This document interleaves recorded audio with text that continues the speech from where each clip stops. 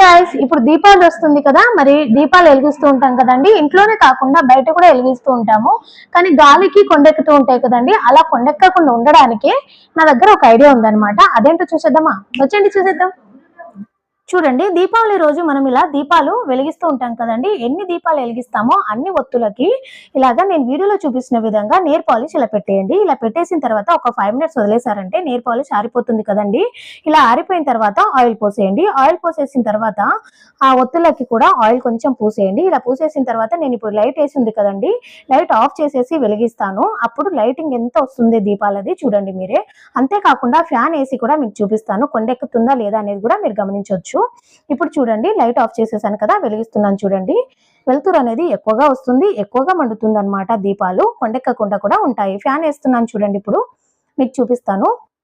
ఇలా ఫ్యాన్ వస్తుంటే కూడా అవి కొండెక్కవండి. వీడియో నచ్చితే లైక్ చేసి సబ్స్క్రైబ్